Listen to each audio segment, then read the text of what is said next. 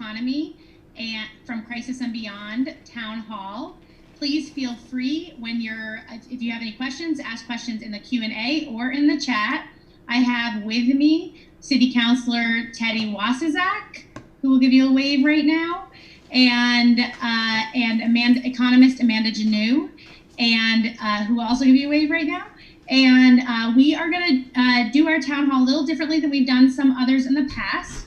We are going to introduce ourselves, and then we're going to give Amanda the floor. Amanda is feeling under the weather right now, and so she's going to jump off probably after about an hour. And we want to make sure that you have plenty of time to ask her questions and to learn from her about what would build the strongest economy anyways and following a crisis, and where we were lacking in the beginning of this event, as well this crisis event, as well as where we can go from here, so that we are better prepared next time to have a better outcome. So I'm going to give us each a minute to introduce ourselves, and I'm going to start by introducing my mom, who is the interpreter today, Judy Kanoy, and she has been volunteering her services to us, and we are really grateful. If you need an interpreter and you're seeing her on the screen, make sure that you you can type in, how do I pin the interpreter, and Carrie, who's from Progressive Insider and is producing this, will help you do that. I'm going to start by introducing City Councilor Teddy Waszazak. Teddy has additionally to being a city councilor, he has also been a movement leader, especially surrounding economic issues and building a bottom-up economy. And so I'm going to give him the floor to just tell you a little bit, to just introduce himself, and then in a few minutes we'll go back and tell a little bit about what our role has been in the economy. Sure, thank you, Brenda, and thank you for inviting me on again today. Always happy to chat with you, as you know. My name is Teddy Waszazak. I am the City Councilor for Ward 2 in the city of Barrie, Vermont. And as Brenda talked about, I am also a movement leader. I am on the board of directors with Rights and Democracy here in Vermont. And I really got my start being involved on economic justice issues. I believe very strongly that the American economy, the Vermont economy, is built on a structure that is unequal. And in order for any of us to truly achieve economic independence, and for any of us to, for lack of a better term, live our best lives, we are going to have to go through and restructure those systems and completely rebuild them. And one of the things that I have seen coming through this COVID crisis as we work through it is people are starting to understand that going back to normal isn't going to work because normal wasn't working. And so I think that if there is a bright spot to be seen right now, it's that I think a lot of folks are understanding that we do need some very large structural change in the way our economy is, both in Vermont and national. And so that is always how I see economic injustices as one end of the seesaw, and social, racial, and gender justice as the other end of that seesaw. And we always need to be working to make sure that those different paths are being observed when we are putting in place systems and mechanisms to right inequalities. We need to be sure we're not making other inequalities worse, or just not addressing them in the first place. And so, yeah, that's my brief introduction. Great. Now I'd like to introduce economist Amanda Janoo. And I met Amanda maybe just during or just after my race for governor. And we did start working on a system for building a bottom-up economy in Vermont. We didn't get very far because both of us are incredibly busy with other work that we're doing, but it's still there. We have the beginning outline, and I hope that we'll get back to it very soon. But her understanding of what creates a stable and strong economy is outstanding, and that is why I'm grateful to have you with us today, Amanda. Excellent. Thank you so much for inviting me as well, Brenda. Yes, my name is Amanda Janoo. I'm originally from South Stratford, Vermont. But I've been living and working internationally for about a decade now, for the UN and in international development, supporting governments and institutions and communities to build more just and sustainable economies. So I work in the area as an economic policy expert, trying to encourage innovative thinking, community-based thinking, strength-based initiatives that are really around, as Brenda says, a bottom-up approach to economic development and progress. And I most recently joined an organization called the Wellbeing Economy Alliance as their knowledge and policy lead. So I came to Scotland to work here, meet my colleagues for a month or two, and obviously have gotten stuck in lockdown. So greetings from Glasgow, Scotland, and I'm really happy to be here and to speak with all of you.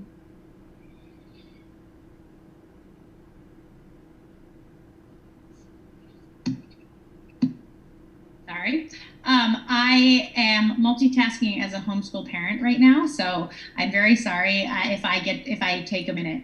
I wanted to start a little by just talking about our experience, what we've done exactly, and just a brief summary of where people think we need to go from here. And I think that it's really important to discuss, and I'll get to that in a minute, our experience, because each of us has a unique way that we've been working on economic justice and the unique way that we've been working on economic impact and driving local economy or building structures of economy. And so understanding that background as we move forward is really excellent.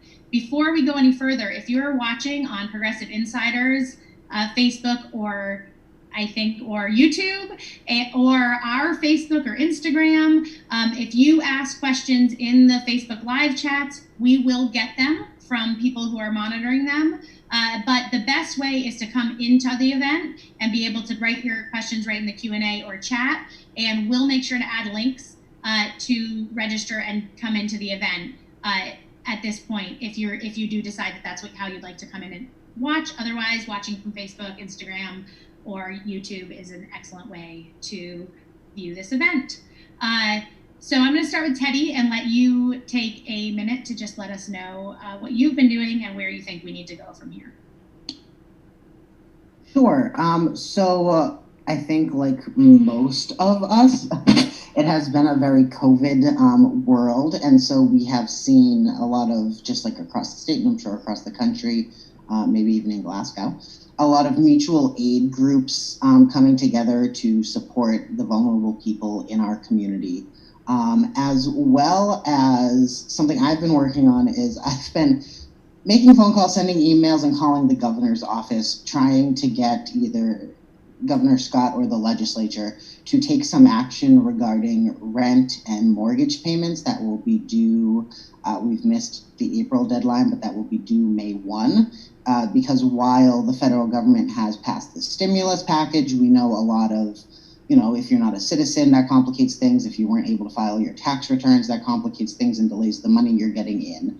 So what I've been focused on right now is trying to get either the legislature or the governor to act in some way to protect people from losing their homes or being threatened with eviction under a pandemic. Because another thing that we have seen is that there are people who, for whom they can go 2 to 3 weeks without getting a paycheck and be able to wait for that stimulus package or wait to get it approved for unemployment. But I mean, you're seeing stories of people who applied for unemployment during the early stages of the pandemic in mid-March who still have not been approved because our state government is not equipped to handle the amount of incoming applications that they've gotten. So I think that it's extremely important for the governor and the state government, because our towns and cities are, I talked about this last time, we're a Dillon's Rule state, which basically means our municipalities have to ask permission of the state government to do things that aren't specifically within our charter, such as stopping evictions or a moratorium on rent and mortgage payments in the city. That's just not something that's within our power to legally protect people from, and we don't want to do it if we don't have the legal authority to back it up. Because if we pass a resolution that says, fine, no more mortgage payments or rent payments in the city, and a bank comes to us and says, what is your legal authority to do that? We have no protection for that person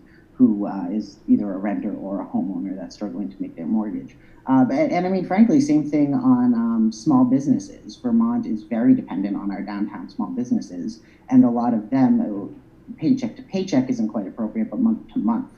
And how are those their rent payments and their mortgages on their spaces going to be paid?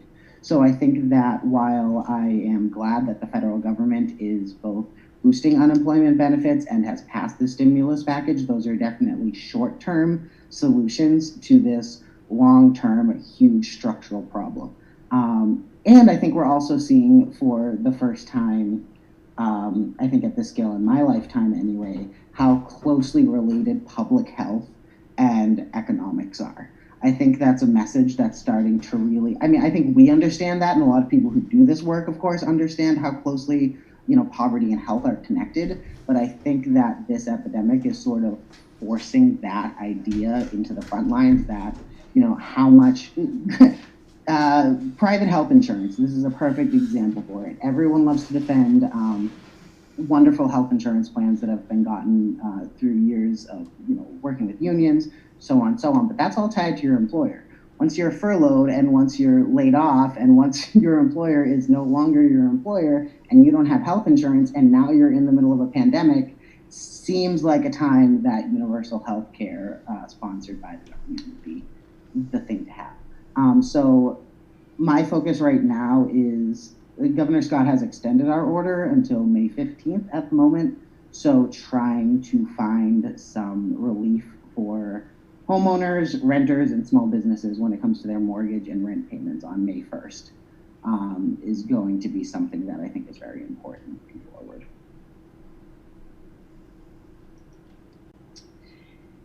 Thanks, Teddy. So I'm going to tell you a little bit about what I do, and then Amanda will come on as well, and she will really take the floor for a good portion of it. And we might ask her some questions, and certainly we'll ask the participants to ask her some questions as well. So, yeah, I started the Southern Vermont Dance Festival following Tropical Storm Irene, which created great economic crisis across our state and many states, and certainly in my hometown of Brattleboro, Vermont. I actually lived in Williamsville at the time. My son and I lost all of our belongings. The festival was built as a long-term economic driver that we utilized my background in the arts to connect the arts to agriculture and recreation, and then connect that to businesses and our town government, and figure out a way to make sure that we're driving people from outside of Vermont or even in our own communities into our downtowns, into our outside of downtowns, and making sure that people are staying in hotels, eating in restaurants, shopping in our stores. And we used a lot of tools to make sure that happened, and have had a successful 7 years. This would be our 8th year. We are gonna have to, the whole structure of the festival is around bringing people from outside of town. And so obviously this year it is not sustainable to do the festival, but we'll be back in the 9th year and are great to have that structure already in place to help drive the local economy. I will say this, it's quite sad to have that has been my life's work for the last 7 years, and driving through town in a completely dark storefronts is a hard thing to see. And so my heart is with business owners and communities who are worried that their rural communities are going to really suffer after this. Not only do I understand that, but I've seen it before, and I've done the economic work to make sure that that we can carry forward a stronger economy. What I have seen is that our economic structure in the first place is built on a system that is completely on the backs of people who are just below, just at, or just above the margin. And so in a crisis like this, what we see is that the economy cannot withstand this situation because it's entirely reliant upon the extraordinary, essential, and constant 2, 3, 4 jobs of people who can't make ends meet. And so when people like that, people like myself, people like Teddy are forced to stay home, that means that our economy is suffering. Not only that, but we are the people who are in that economic situation are the people putting money back into the economy. And so we can't right now. And not only that, but the likelihood that we will be able to for quite some time is low. And so the best way for us to rebuild, and the work that we've been doing, lots of progressives across the state and across the country have kind of been screaming from the rooftops, but the work that we've been doing is to build a structure that is different than that. One that truly builds the economy from the bottom up, so that when we have a crisis like this, we have a much more stable and strong center, so that the foundation does not crumble beneath us, which is what we just saw. And in my work in the dance festival, it has been quite something. And I will get, after Amanda is done, I will go into the broad numbers, but just so you understand the general impact of the arts or recreation in our economy, the arts contributes as much to the GDP, in fact, slightly more to the GDP, if GDP is your favorite way to look at the economy. It is not mine, but it contributes more than agriculture and transportation combined. So that's not exactly the case in Vermont, but across the country, that's the case. And so the essential nature of connecting recreation and the arts to agriculture and town governments and downtown businesses and our main streets is absolutely ever present. And we have to start to understand the true economic structure under which we live and figure out how to rebuild it so that we have the strongest economy we possibly can. And I'll tell you more about how I did that here in this community and how I think we should do it next after Amanda gets to go and share her expertise. Go ahead, Amanda. Excellent. Thank you so much, Brenda. Yes, so as I mentioned, I recently joined the Wellbeing Economy Alliance as their Knowledge and Policy Director right before this COVID crisis began. And this organization represents an association of governments, activists, academics, and NGOs that are committed to fundamentally changing our economic system so that it's in service of people and planet rather than the other way around. I think to me what's been so incredible about this moment is how clearly we are presented a trade-off between people and the economy. So right now in the US, obviously we're hearing Trump speak that the hardest decision of his life is going to be whether to restart the economy or save people's lives.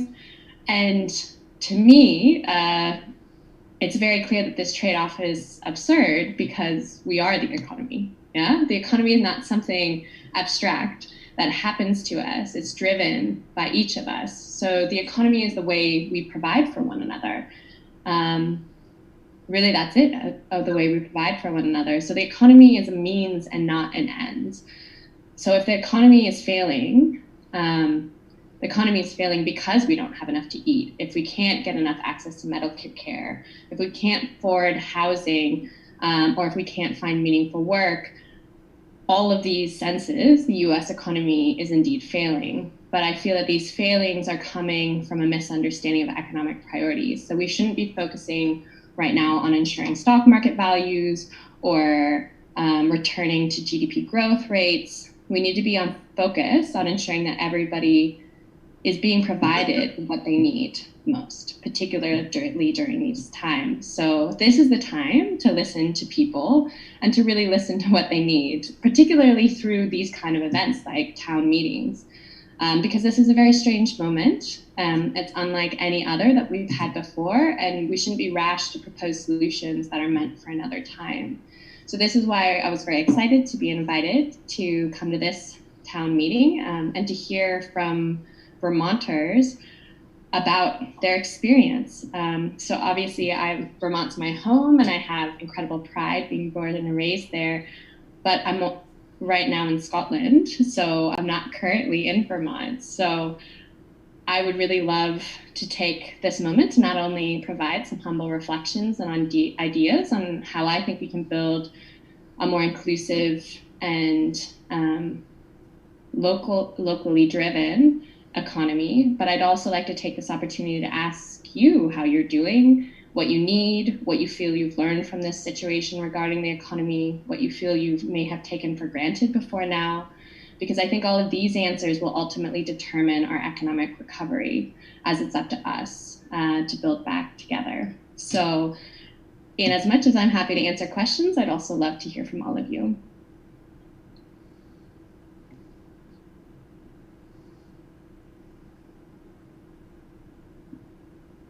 Amanda, I would love, if people have questions, you can start typing them. You can ask them in Facebook. We'll make sure to get them to us.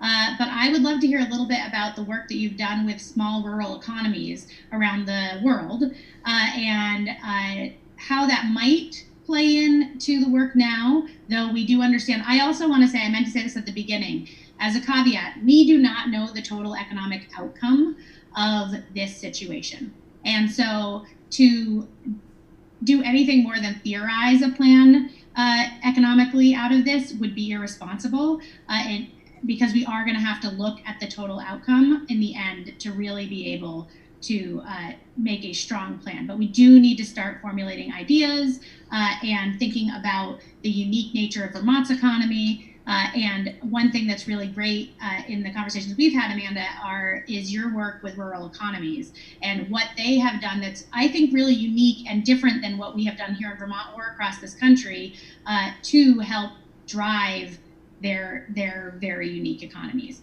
And so I'd love to hear a little bit about that while we're waiting for some questions to come in.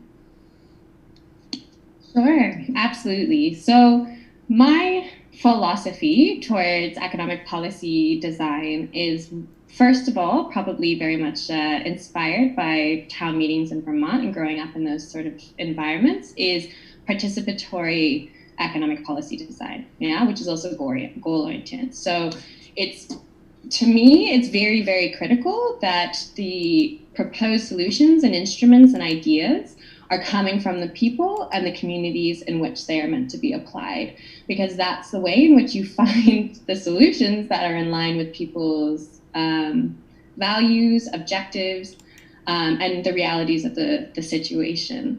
In terms of goal-oriented, what I mean by this is that, amazingly, too often economic policy is designed with the idea that we're supporting the economy for the economy's sake, rather than being really clear on what we want the economy to be delivering. Yeah, and so just having that step in the first place of really considering, one, what you value, right? Like, what are the values that you really hold as a community, and really articulating those, if it's honesty or fairness or ambition, or, there's a lot of different values, to be clear on those, and to also be clear on really what you value. Yeah, so those are sort of your economic policy objectives.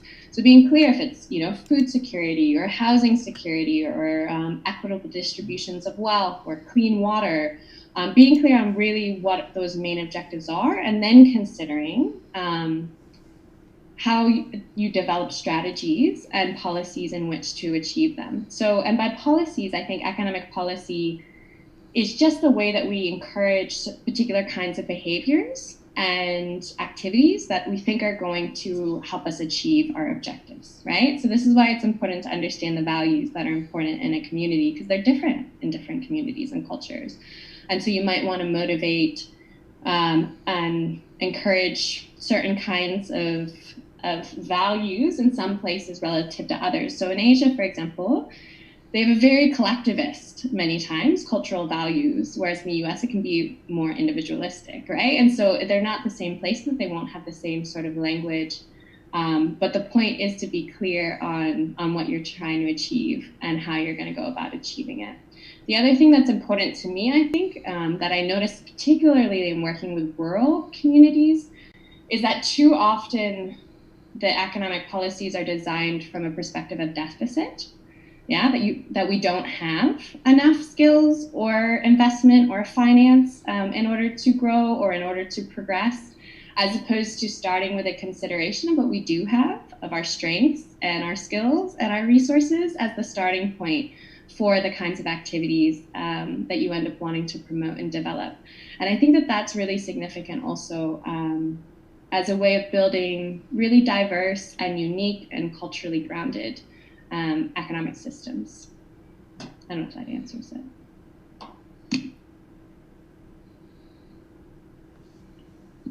Yes. So we do have a question. It's from Curtis Reed, and Curtis, we allow people to be entered in to the panel to ask questions live if they like. Would you like that, or would you rather you can just tell me yes, or would you rather we just ask your question and you just watch? That's totally up to you. So let us know. And while we are waiting for that, I will say that from Carrie Barber, who is our producer, she's asking, or it's from the web viewers. That's what it's coming from. Is it possible to build an alternative party centered around economically literate policies?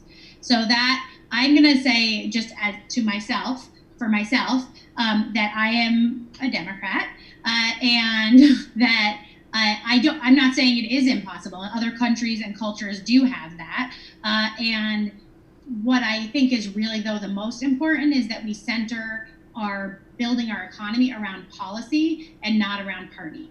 That's really been important to me as a person who is marginalized. It's very frustrating to me when the discussion becomes very party-centered and it is not centered around what we need to do that is best for the people. And I think we really need to decide as people, because we have that choice. We are not all elected officials. As people, we have the choice to, and even as elected officials, to decide that we are going to center our policy around people, and we are going to, we're not going to center around party, but people. And I think that's exceptionally important. So I'm going to let Amanda take it from there. So sorry. Well, I think you did a really great job covering that, Brenda, honestly. For myself, I'm not much of a party person. I think it'd be great if we had more parties in the US. I think that would that'd be wonderful. But I wanted to just speak maybe to Curtis's question here. I know you asked if he wanted to be but he said, is not recovery a misnomer? What you are talking about is restructuring. I think, that's a really good point. I think, as Teddy also said earlier, we're not trying to, or we shouldn't be trying to just get back to what was before. I don't think it's going to be possible anyways, but that shouldn't be the ambition in this situation.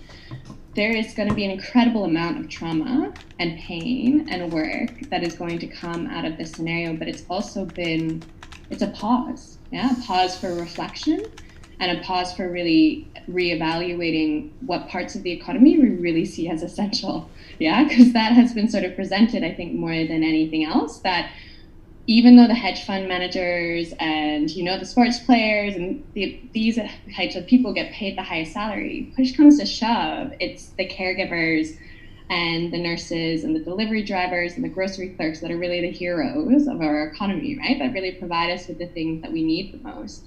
And I think in thinking about that, and then therefore thinking about how we can structure our economies in ways that reflect those values and the needs of certain activities and sectors will be really significant.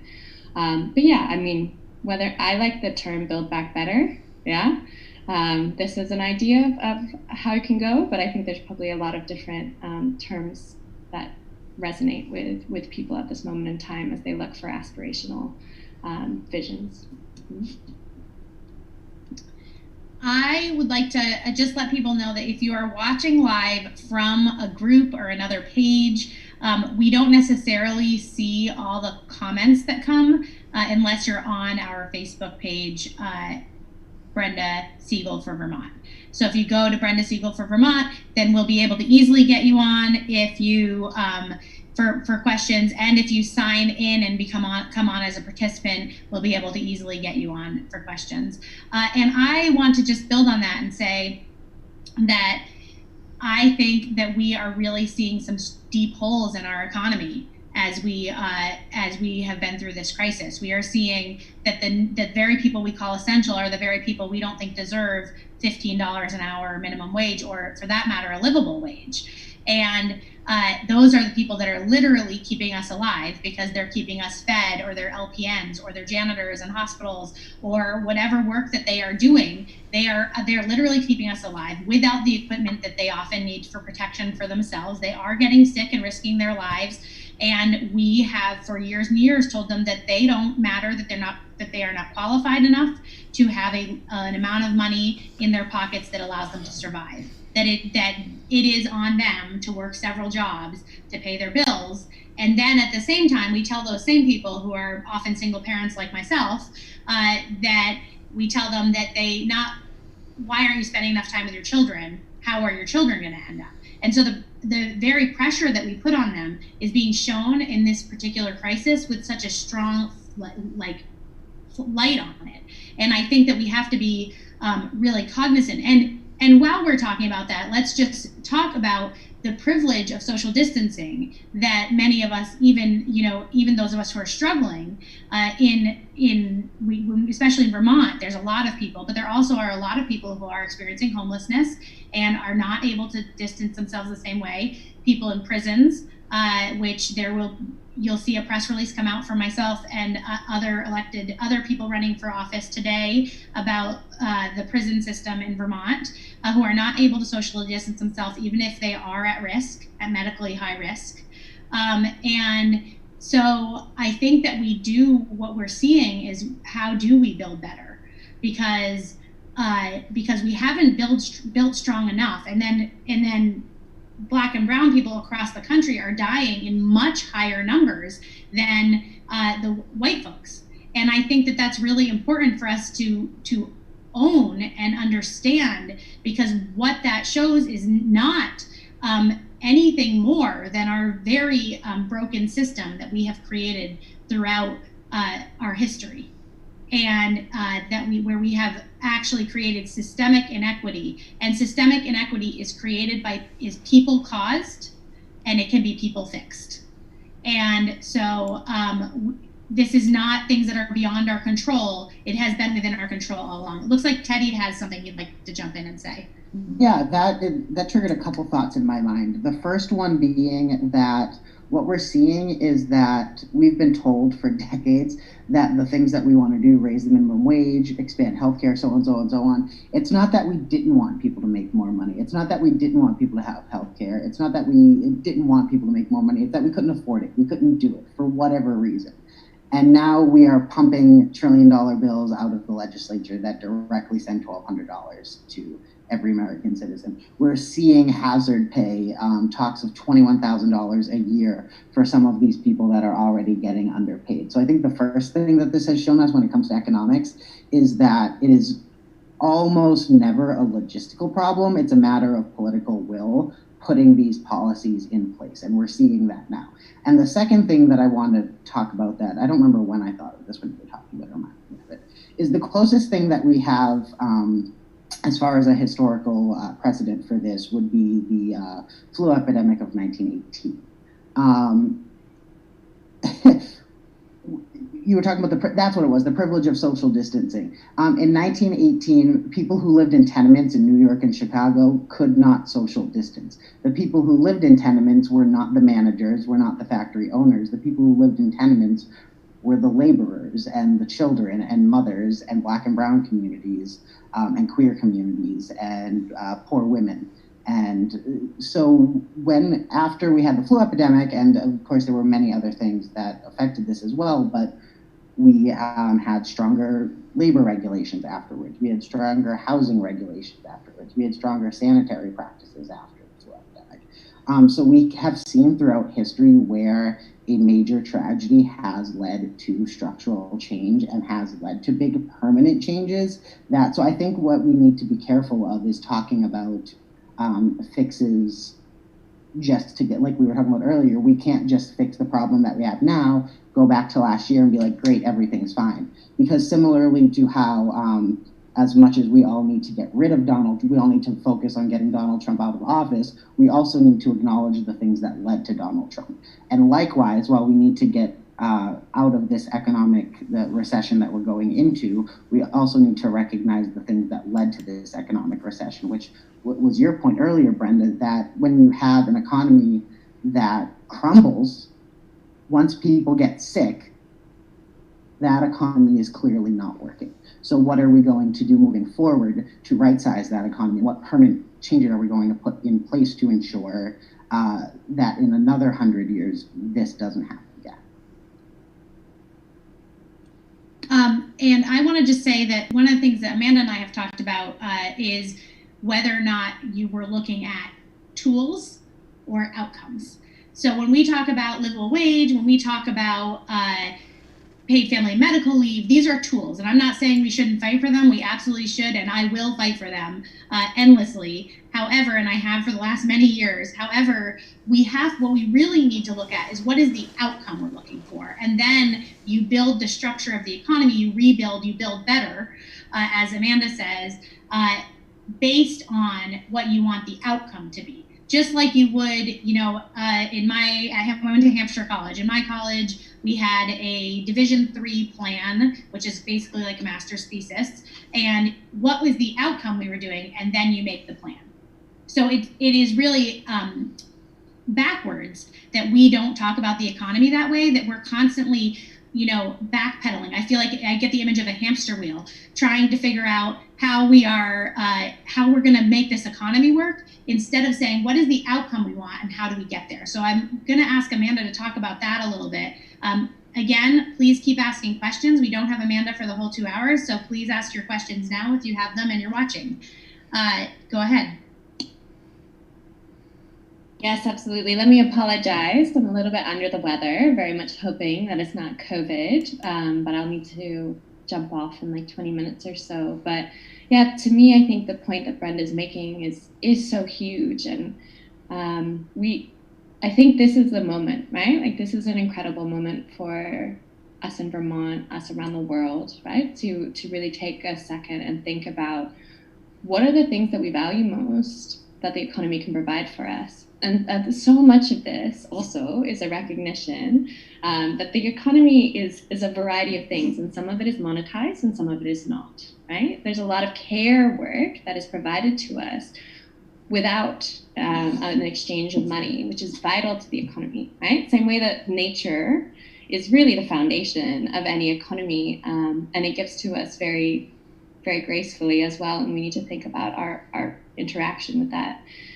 But in terms of, thinking through the objectives that we have, right? So I think for a lot of people, for example, meaningful work is really important, right? Our work is a lot more than just having incomes. It's also a way that we connect with people in our communities, the way we find our purpose, our meaning, things like this, right? And for, I know in Vermont, we have a lot of importance placed on clean water, and having a system that ensures that we have clean water, lakes and rivers and things like this. Really thinking through the things and the dimensions of our life that we value the most and we think are the most important, and then thinking through the kinds of strategies by which you can achieve those. Because Brenda's right. Like I see this a lot working with economic policymakers, that we tend to want to fixate on one policy instrument, right? Whether or not that be, investment promotion into our communities or universal basic income, which I'm a huge proponent of, right? But we try to pretend like one of these instruments is going to solve all of our problems, right? And achieve all of the things. And the reality is that you normally need a whole package, right, of different kind of instruments that sit together, that can work together to achieve our goals. And I also think it's important to recognize that not every place is going to have the same goals, right? So we still have this incredible infrastructure within Vermont of the town meetings, right? So like, how can we also revitalize those as a way of becoming clear on what the community objectives are, of what the ideas are in terms of how we can encourage and protect the parts of the economy that are most vital to us? Because this is really concerning right now, honestly, that we already in the US had huge amounts of consolidation of industries, And because we're not protecting small businesses in the way that they really need to be relative to big businesses, when we're making sure that big businesses are okay, that we're at a risk that this is only going to lead to further consolidations of wealth and power within our economy, and less diversification and less innovation and things like this. So this is a time, I think, it's a concern, obviously, because of our leadership, but we have a lot of incredible leaders that are not just in the White House, right? And to make our voices heard and to be clear on what we want and to start putting forth the solutions we also see within our communities and the things that we want to hold on to after and as we come out of this crisis as well, because I think those can be the building blocks, these community actions, these place-based initiatives. Yeah, I think we could build a totally different economic system out of this if we all get engaged at this moment in time. You know, and that really brings us to this next question, which is from Sam, who's watching on the web. He says, what advice can you offer those feeling overwhelmed right now? We want to help, and there are so many in need, different efforts at different various levels of government, all working, educating our kids. How can we be meaningful difference and stay on top of things too? So we'll talk a little bit about that in the second hour, but I think as far as Amanda is concerned with this issue, I think what she just said actually is huge. One thing that I'm seeing, that we're seeing, is that we're so overwhelmed, including myself. I mean, I am now responsible for my son's senioritis and getting him through the last minutes of high school, and it's overwhelming. I say this on every event, but I have endless dishes. They never end. I think I'm hoping like somebody gives me Mary Poppins skills. But what I want to say is that we have to focus on these issues because we could have a second wave. We likely will. And when we do, we want to have a better structure in mind. So I'm going to turn it over to Amanda about, in terms of the economy, thinking about the economy, staying on top of things. And Teddy and I will talk to you a little bit more about what you can do hands-on, it's not actually hands-on, work throughout this state in the second hour. But right now I want to just focus on the economic piece, where the focus could be right now while people are going through this crisis. Absolutely. So Sam, first of all, I think be kind to yourself, yeah, be compassionate to yourself and other people.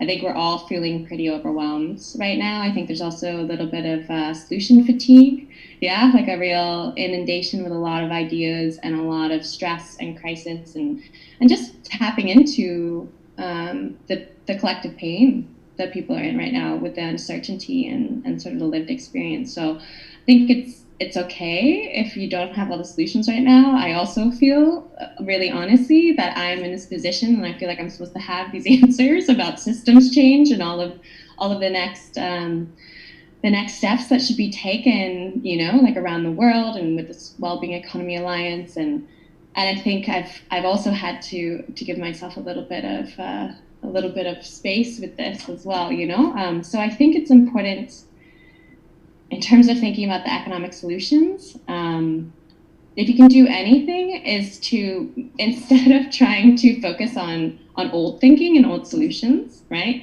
If you can, as much as possible, try to reflect right now on the stuff that you really realized you maybe took for granted regarding the economy, right? Like the things that you're really, really appreciating and valuing right now. And when I say the economy, it's sort of the stuff that you're being provided, right? Is it the internet? Is it food access? You know, it's spaces for social connections, access to nature, you know, like clean water, whatever it sort of is. Because I think that the more that we have clarity on that, the more that we'll be able to build a critical sort of power mass to really advocate for those things clearly. As opposed to coming back and being like, because there's going to be so many people advocating for old types of economic thinking who are going to say the only way that we're going to be able to rebuild Vermont is if we bring in all of these huge developers. Yeah, the only way that we're going to be able to create jobs is if you know, like we allow for a total austerity measures, reduction in taxation and rights and things like this. You know, we will be inundated with a lot of different kinds of solutions, but I think if we can be clear on what we really want and to fight for that, you know, for months and years to come, I think we'll win. So we have another question right before we do, though. I would like to we're going to put our donation link up for my campaign for Brenda Siegel for Lieutenant Governor.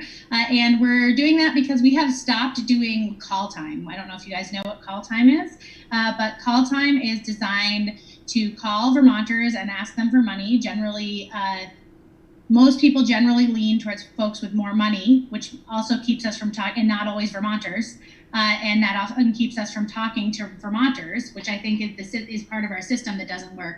But also, I think another problem with it is that I absolutely feel that it's unethical to be making phone calls to people who are struggling right now, have lost their jobs, are this overwhelmed, and asking them to donate. And however, I still have to pay my staff, and we still have to continue on fighting these issues. And so if you are in a position to help, please do donate. The link is right here, and in our chat, and we will also put it in the comments on all of our different, all the places that it's streaming. Jacob will do that as well. Jacob is our field director, by the way, when I mention him. We're very excited to be here doing this work, and wish we could do it, just endlessly. Actually, this is the issue-based work is the work that I'm excited to do. The questions and answers and bringing regular Vermonters into the conversation, just as Amanda is saying, is exactly how I think we build the strongest Vermont that we possibly can. So I have, there is a follow-up from Sam, and there's also a question from Curtis. So I'm going to go with the follow-up from Sam first, just so that we're still on that same thread. He said, are you supportive of federal jobs guarantee, or as an employer of last resort, as a buffer stock of employed people, as an economic stabilizer? Sure. Yeah, Sam, great questions. I'm really enjoying all of these. So yeah, I think especially coming out of the crisis, it will be really important for there to be some sort of federal jobs guarantee. I think there'll be a need for a lot of public works initiatives. I think that the orientation of those public works initiatives needs to be clearly identified, again, around what our objectives are, right? So if you're going to put people into, I don't know, like infrastructure development projects, or maybe it's biodiversity conservation, or is it, like a clean water initiatives or things like this, so that they're really aligned with what we feel like are really important. I think there's a lot of really creative ways to also come up with a federal sort of jobs guarantee. I think already, even before the federal jobs guarantee, I hope that we will also have something like a universal basic income. Yeah, because I think that jobs are really important, especially when they're meaningful jobs. But I think that especially when you're talking about rural, small economies, people's spending power is really, really important for jumpstarting those economies. So it's something that is the mix of having enough savings so people aren't in severe debt, so that the jobs and those payments just immediately go towards those big banks or towards those, creditors. So we need a little bit of a mix of these two things, I think, right now, if we're going to be serious about getting back. But again, the purpose of the jobs guarantee, I think, and the kinds of jobs that we're going to be promoting is, should be aligned with the values that we've identified. Amanda, from Curtis Reed, and can you please give some examples of how you have integrated racial justice into your work around economic justice? I know that has actually been, because you've done so much world organizing with world governments, I know that's been huge, and so I'm grateful that you asked that question, Curtis. Sure, absolutely. I mean, first of all, I think as Brenda said, I've worked in a lot of different countries, so with very different kind of cultural and racial contexts. So a lot of times the challenge is sort of along ethnic lines, or religious lines, or gender lines. So, the predominant inequalities and the problems which are presented there, I think comes from a consideration of who you're trying to really have as the beneficiary of policies. And if those are not the people who are directly targeting, you need to be very, very clear about why that is. So for example, right? So if you're trying to reduce rural, like inequality reduction, right? Between rural and urban centers, you might have an initiative where you're trying to relocate some types of activities from urban areas into rural centers. But if you're not having the rural communities engaged throughout that process, right? Or if you're not having, racial minorities engaged throughout this process of really thinking through the logic of the intervention and the strategy, I don't think that you can really call the strategy a very good success, because the likelihood of it being aligned with the context and the priorities of the place will not be there, right? So, I mean, it's always a challenge in policy making, right? Because there is that sort of tyranny of the majority, yeah? So you can have the majority of the population very behind a certain kind of initiative.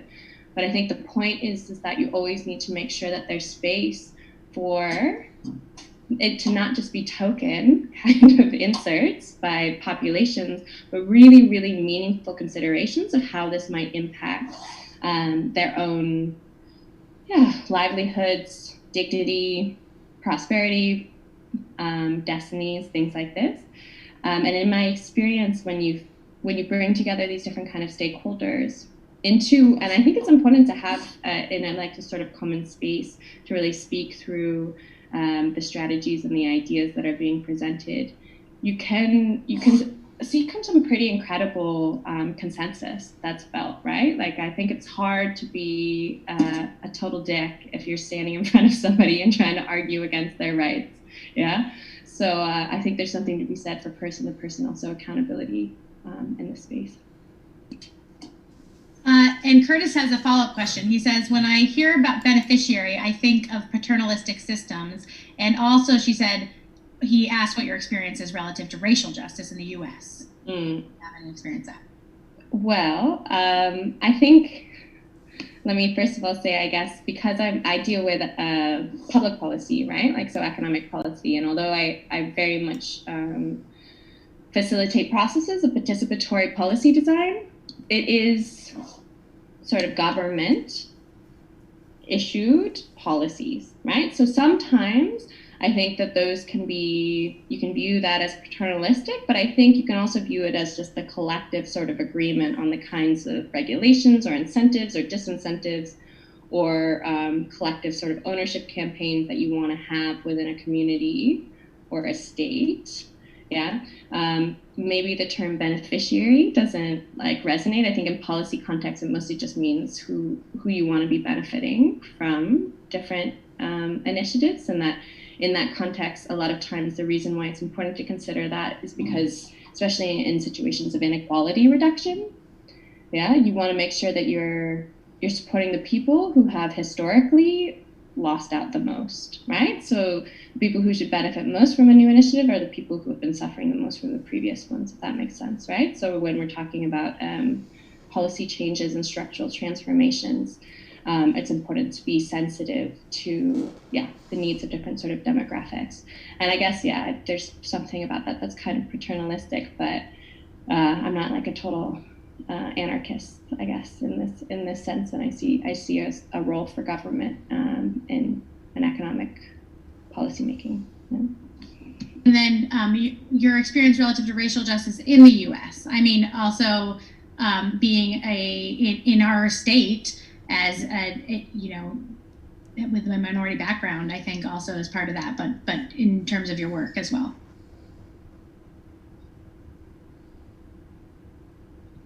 Sure. I mean, I guess, Vermont's an interesting place to be raised, and particularly as a woman of color.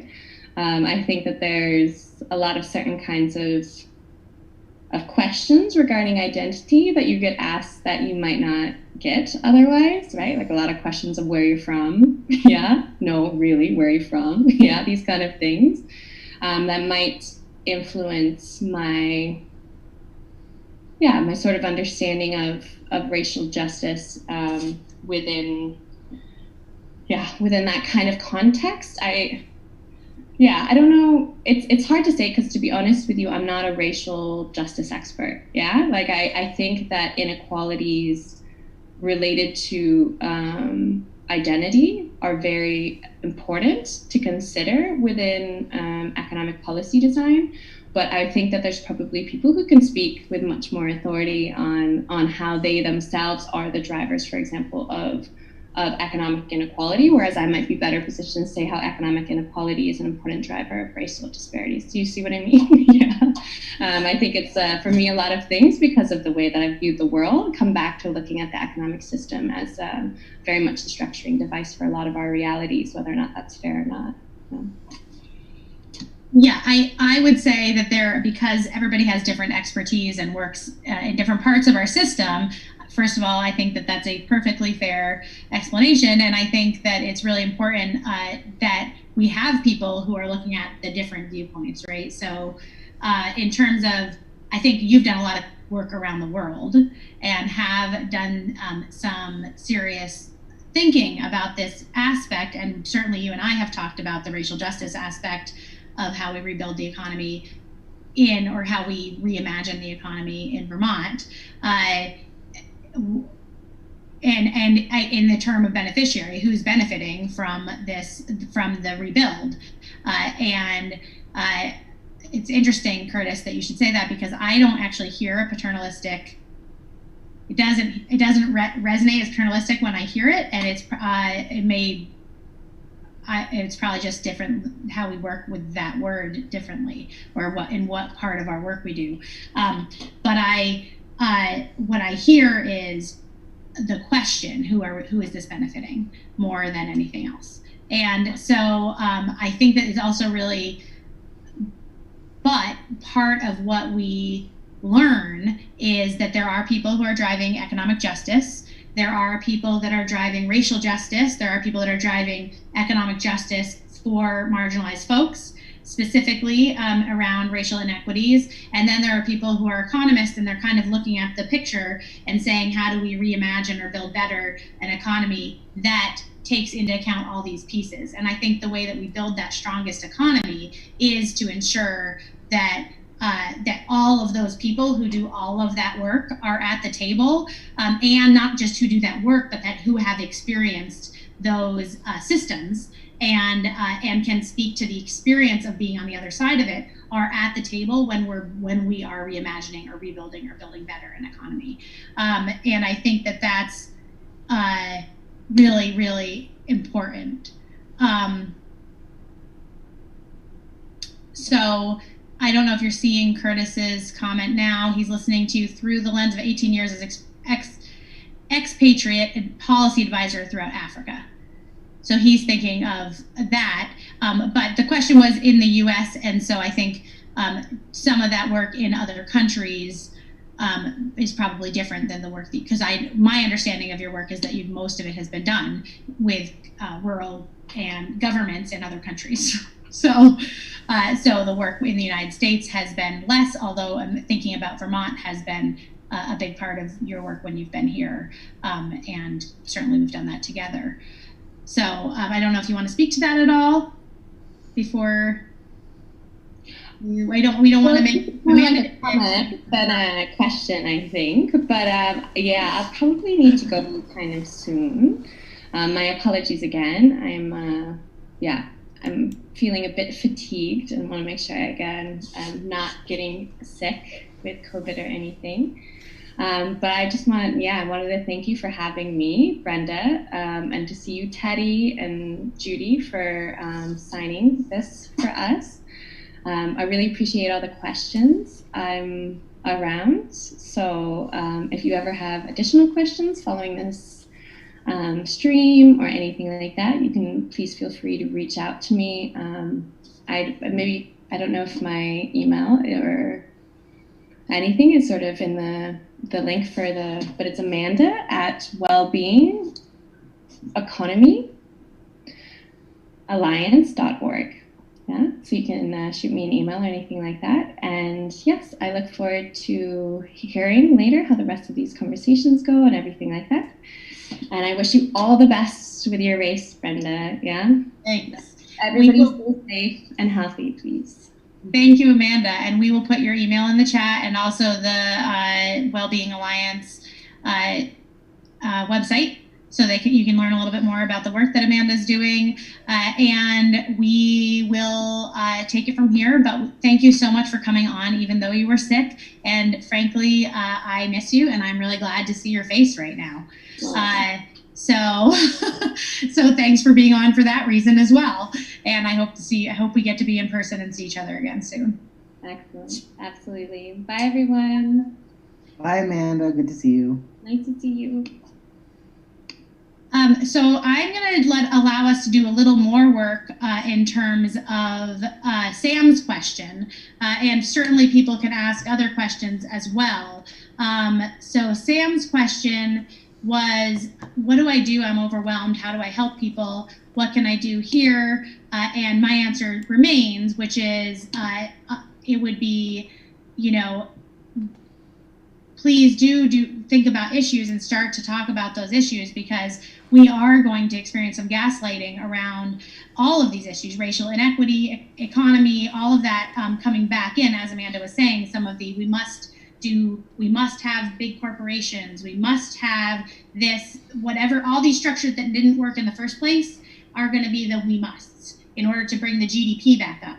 But understanding that that's the wrong measure, because we're not really measuring where we need to be the most stable when this happens again. Because even if COVID-19 doesn't have a second wave, there are other crises waiting in the wings. And so before I get a little bit more into my work in the dance festival and beyond, and in policy, I want to just answer that question a little more thoroughly and talk about that. I also want to let you know, I don't know where you are, Sam. I don't know where you are watching, but there are mutual aid groups across the country.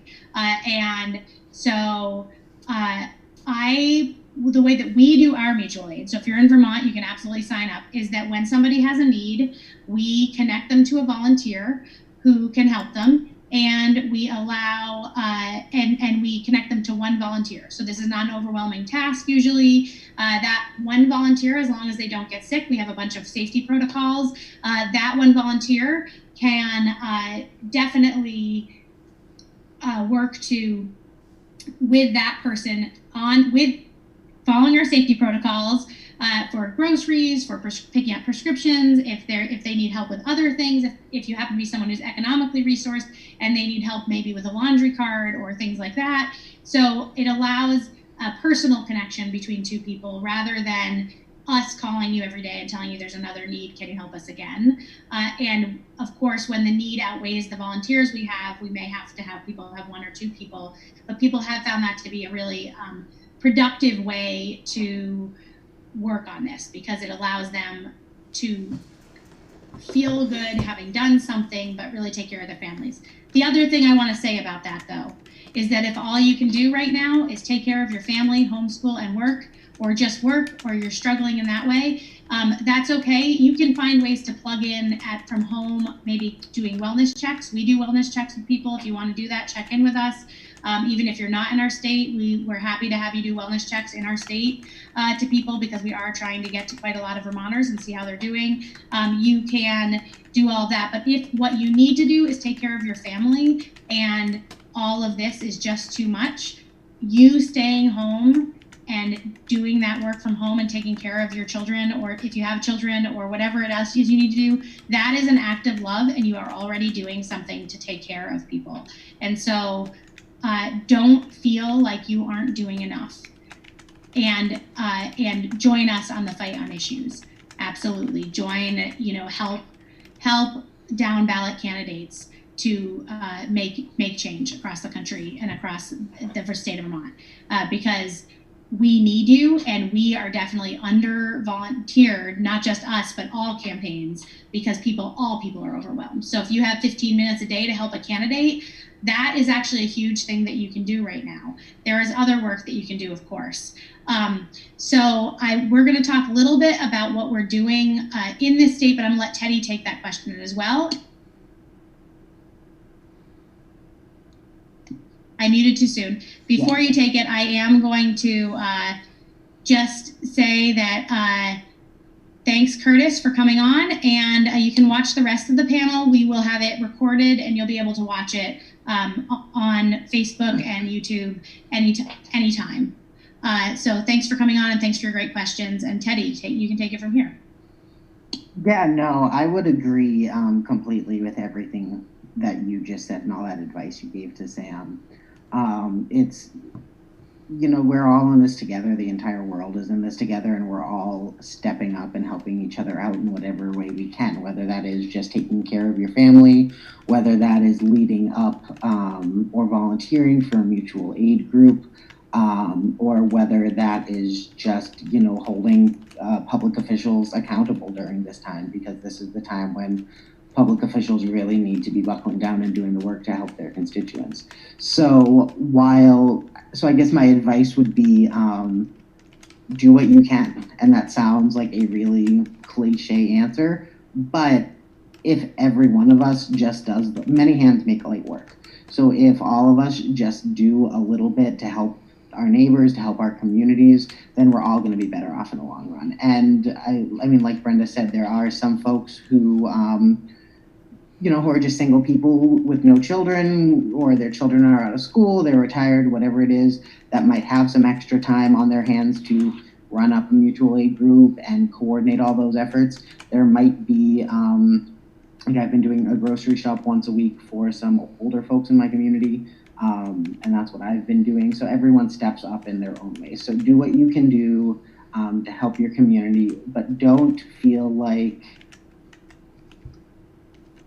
every government in the entire world has failed at solving COVID. So no one of us, don't make it feel like, I have to be the hero and, save my community, and you don't have to. We're not asking for a miracle. Just do what you can do.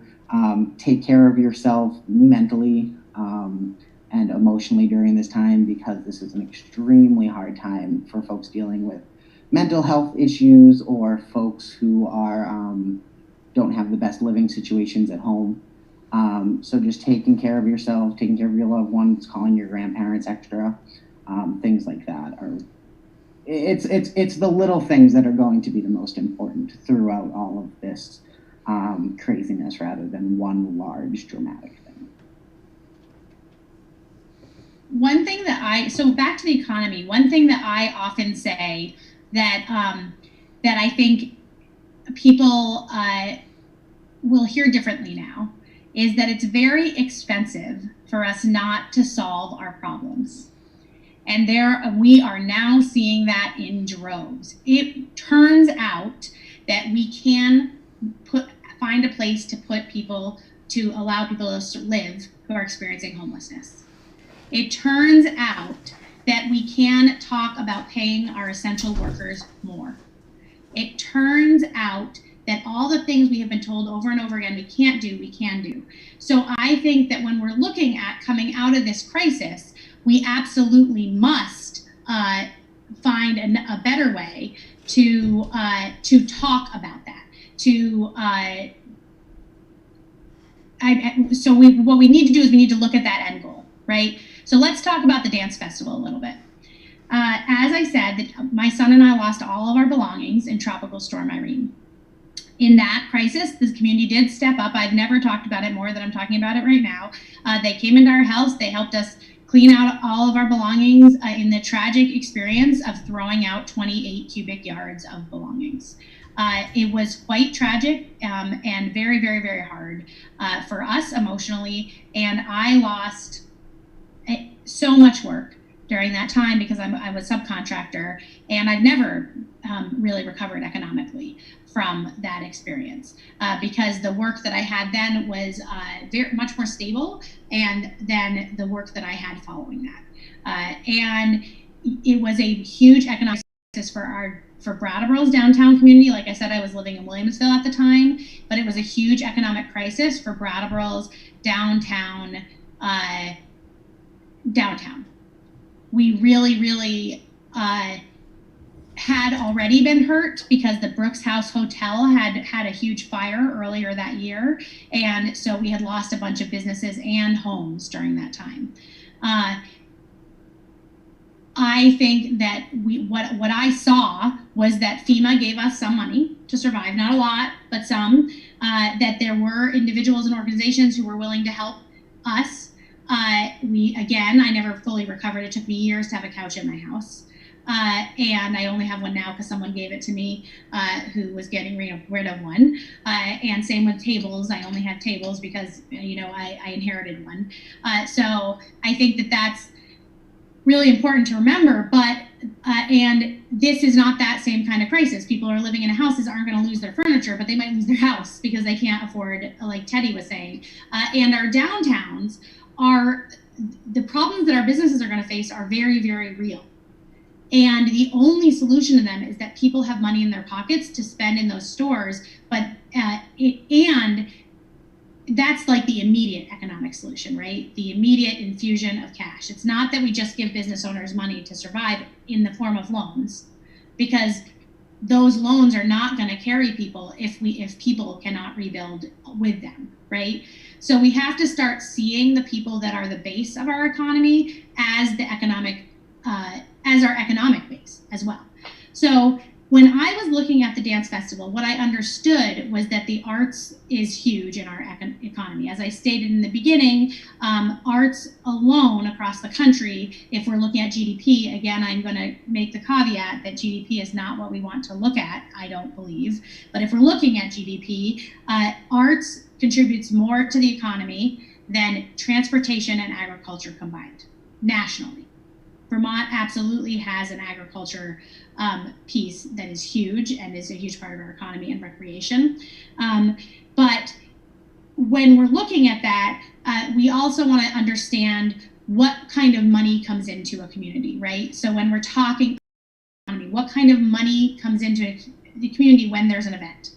So this is a structure of arts events, but you could change from an arts event to, let's say, a recreation event like the ski jump in Brattleboro, or like Bread and Puppet, when Bread and Puppet has happened, or like Brewfests around. Those kind of, you can look at those events as well. So when a tourist, someone from out of state, comes into Vermont, into Windham County, it's done by county, into Windham County, and they spend on average $44, not on the event, not to the organizer or the venue, but into the community, into restaurants, hotels, stores, right? So let's use that example in the Latches. And I was going to do some math before I started, but I'm going to do it right here. So if you have in the Latches, there are, I'm going to just remember this amount of seats. I haven't been thinking about it this year because I am not. So there is 750 seats in the Latches, and let's say it's all filled with tourists, which is never the case. There's always local people, but we're just going to use that example. So 750 people come in, and they spend an average of $44 in our community.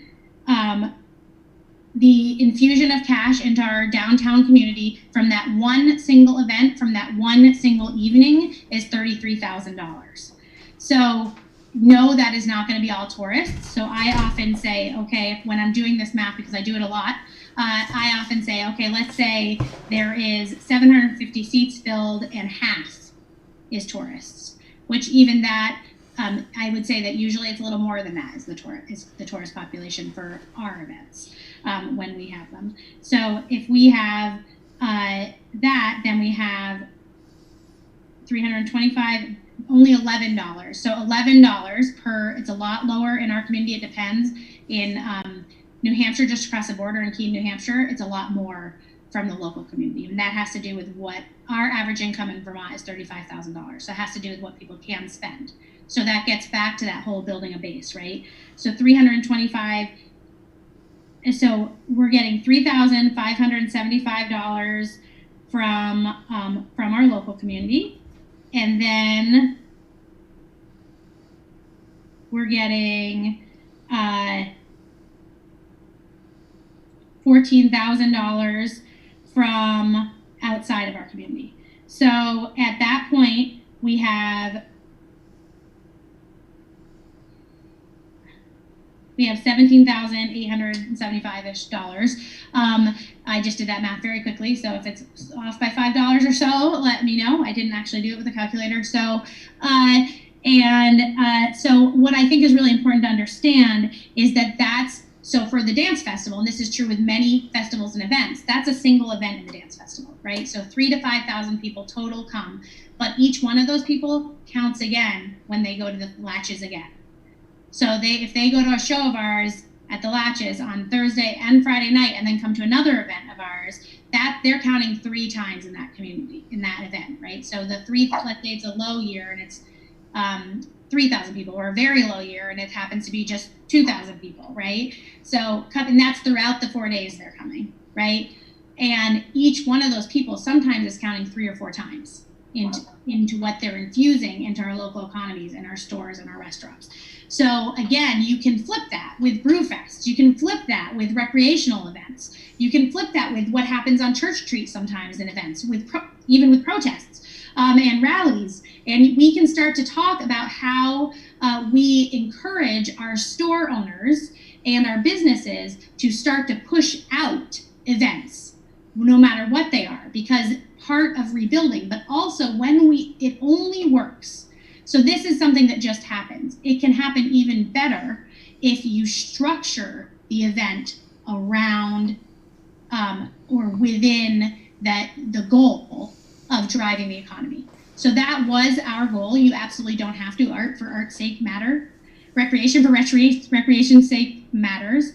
But when I thought about how we're going to, the best way to actually rebuild out of this crisis or reimagine out of this crisis is to go into each of these rural communities and get the input from those communities about how we work with what does exist, how we create structures that really focus on the economy and utilize this tool to get to our goal.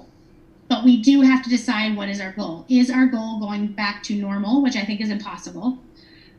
Is our goal to have a stronger structure beneath us? And if that's our goal, then we have to structure the tools, and that's what the Dance Festival is doing right now. We're reimagining how we operate. We have to structure the tools to meet our goal. We can't do it the other way around, because not everything will be fixed with single outcomes. And this is just, of course, one piece, and it's the piece where I have the expertise, because I have been working in building the economy after a crisis. So that has been my job for the last 7 or 8 years. I'm excited to bring it into Lieutenant Governor seat. And I want to also, of course, talk a little bit about those tools that weren't there in the first place. But I am going to let Teddy take that up a little bit right now. And I want to talk about how Teddy and I met. For those of you that don't know, he was my campaign manager in my governor's race, and I'm really grateful for that. But we met doing economic justice work and fighting for those tools that I'm talking about right now. And so when Teddy is thinking, and now he's a city councilor in Barrie. So when Teddy is thinking about how do you rebuild Barrie, which is a little less rural than my area, but what do we do when we need to build that structure in order to actually meet a different goal, and what should that goal be? Understanding again, the caveat again, that we do not know the economic outcome of this crisis, and we cannot responsibly say definitively what should be done until we know that outcome. So one thing that I have talked about a lot in the city council with constituents, whatever, is that Barrie's unique for a lot of reasons. One of them is our generational divide. Anecdotally, admittedly I haven't looked at the census data, but anecdotally, most people in Barrie are either under the age of 40 or above the age of 55 to 60.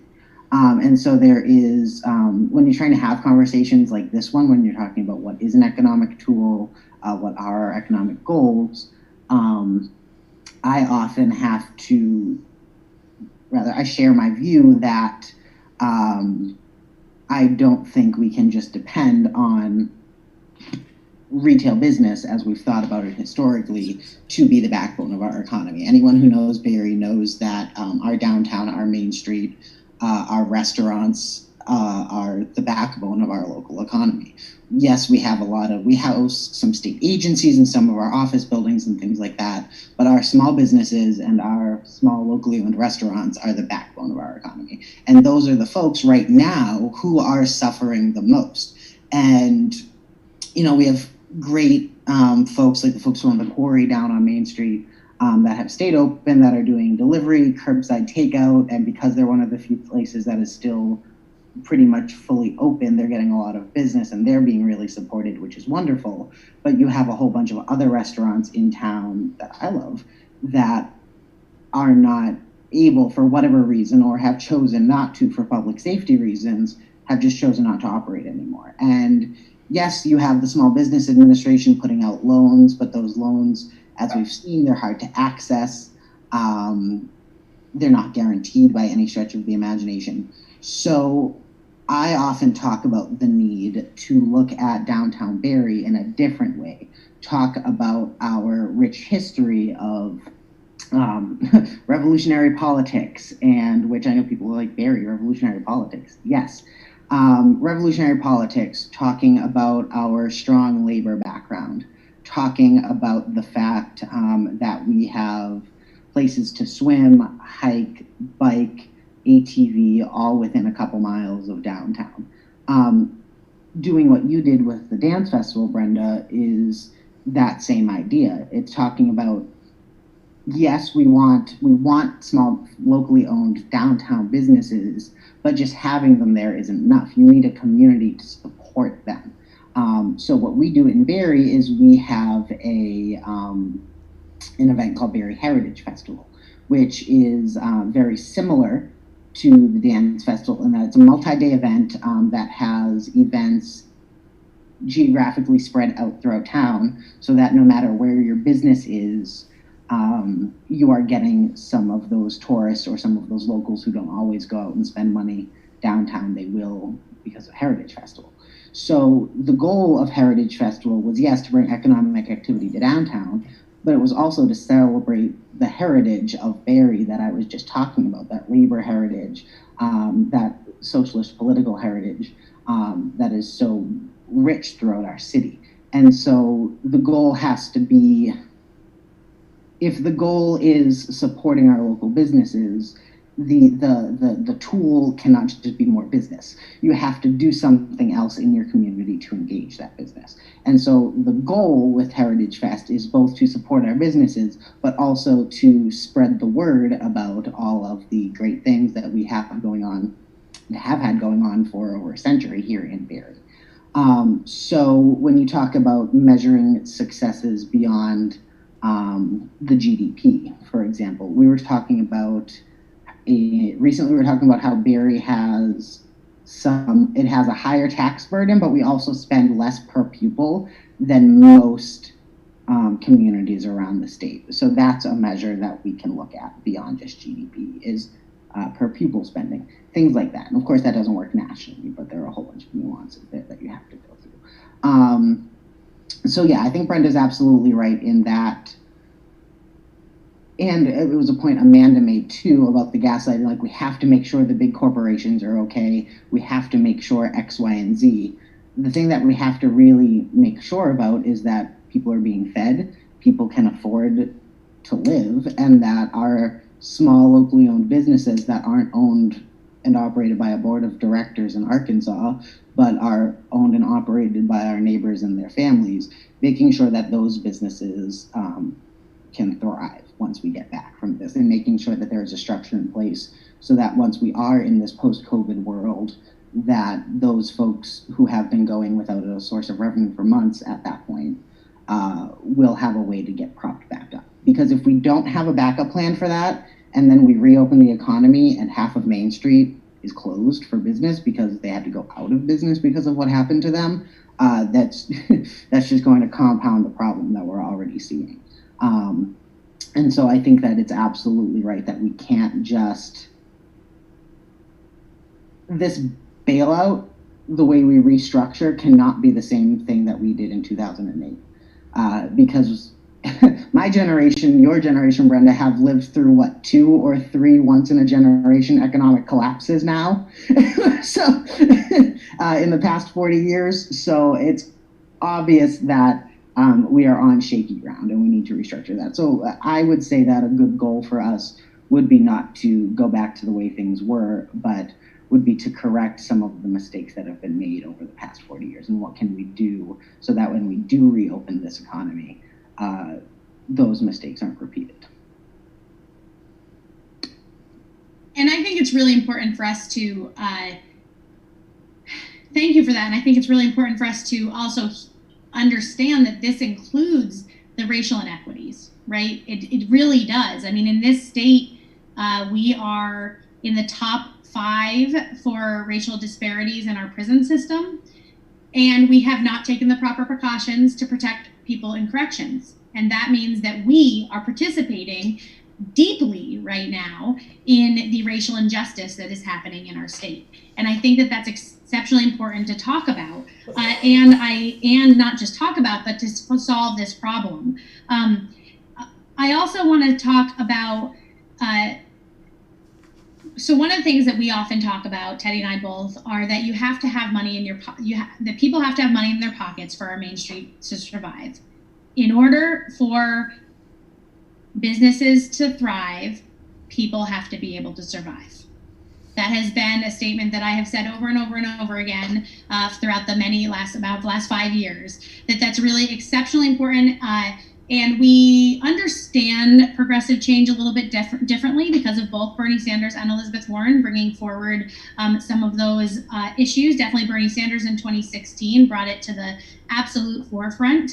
And as many of you know, I interned with him in my 20s. So this was just about 20 years ago in DC.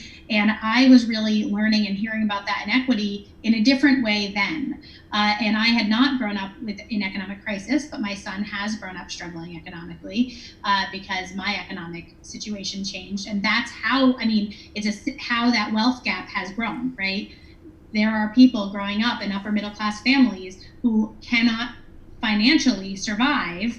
And so they are moving away. Instead of doing better than the previous generation, they, meaning me, my family, is moving away from the economic status with which we started.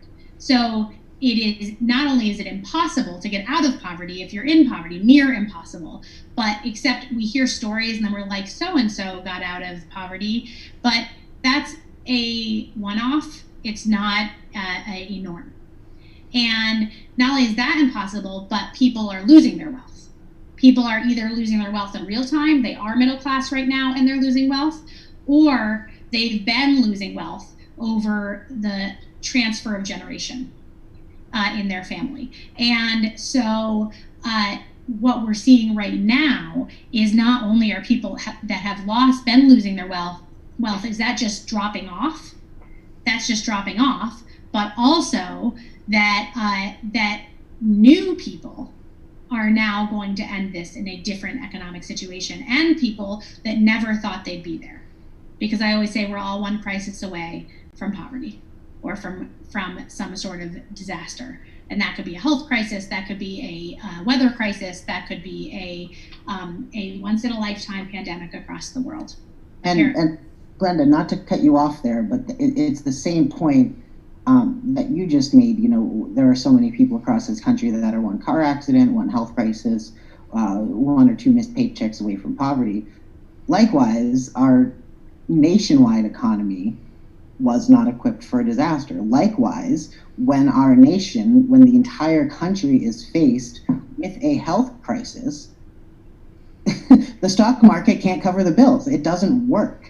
It just does not work when you have, to tie it back to the early 1900s again, you have a very small amount of the population literally just sitting on wealth. And so you have folks like your family who have throughout the generations lost wealth that they had accumulated. And you have folks, various members of my family that had to double mortgage their home to cover medical bills. And, for the audience, full disclosure, I was an Elizabeth Warren staffer during this last presidential race, and she used to say all the time that middle and lower classes she proposed a wealth tax, which was basically to get the folks who are sitting on all this capital to redistribute that wealth throughout different parts of our economy. And she had this brilliant line where she talked about middle and lower income folks. They've been paying a wealth tax for decades. The government just calls it a property tax, because the wealth that so many of us had and that was sold post-World War II was buy your home, buy your land, and that's your wealth. Well, when the housing market crashes and when the stock market crashes and when there is an economic disaster, just like folks who are living paycheck to paycheck, that wealth also doesn't make up the difference.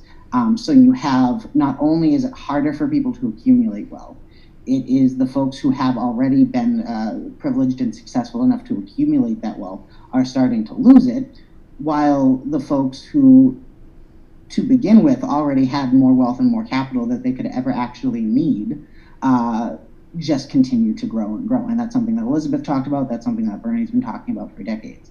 And I think that the more we go through, we have seen in the past 50 years an acceleration of the boom and bust cycle. And the more disasters we have, following your rule of most folks are one or two disasters away, that's going to increase the amount of people who are then dependent on the federal government for different types of financial bailouts. And so it's this whole, cauldron of economic problems all interacting at once that speaks to the deeply ingrained systemic inequities and just basic unfairness of the structure of our economy. Yeah, and I think that I think we have to talk about, when we're talking about where we go from here, how do we build a bottom-up economy from crisis and beyond, we have to acknowledge, and I think I have to tell you that I do not watch TV very often. I think Teddy knows that. And in fact, we have a TV and rarely turn it on in our house. And I do read a lot of articles, but I have watched CNN the last several nights because I'm actually awestruck, because I turn it on and I feel like I'm listening to some kind of progressive radio. I hear them suddenly, I'm hearing about systemic inequities that have always been there. Suddenly they know that they've always been there. And suddenly I'm hearing about how people need to make a livable wage and how Medicare for all is going to be the issue of a century, and about how we need to have paid family and medical leave, and about how European cultures are going to come out of this better than we are because we do not have the structure in place to come out of this economic system. It's almost as if people have been saying that for years and no one has listened, because as that issue has grown, the reason that we saw the rise of Bernie Sanders in 2016 was because, and for that matter, Donald Trump, because he said things that he was lying about, but some people believed him. I absolutely did not. But the reason that we had the rise of Bernie Sanders was because people are angry, and they should be, because their lives aren't working. They were promised something. So in my generation, which I am a cusp of millennial and Gen X, for those of you that follow generation ideas, I actually think that they're a little silly, because everybody has their own experience, and it's usually more your age than your generation. But anyways, my generation has really been in a place where we went to college, told that we could come out of college and we would be, that everything would be fine, we'd be able to get a job, it'd all be good. And it was actually during the time frame that we were in college that shifted, right? It was starting to shift before it, but it wasn't a well-known fact. And it was during that time frame that reality shifted. Oh, no, now you need a master's degree. Oh, no, now you need a PhD. And for me, that wasn't really a possibility. By the time I was 1 year out of college, I was having a baby, and I was going to be a single mom. And although I didn't necessarily fully know that but I was pretty sure. Getting a master's degree was going to be a real hard thing for me. Not that people don't do it, people absolutely do, but it was not a real possibility for me because economically I was struggling, because there were major crisis issues happening in our lives.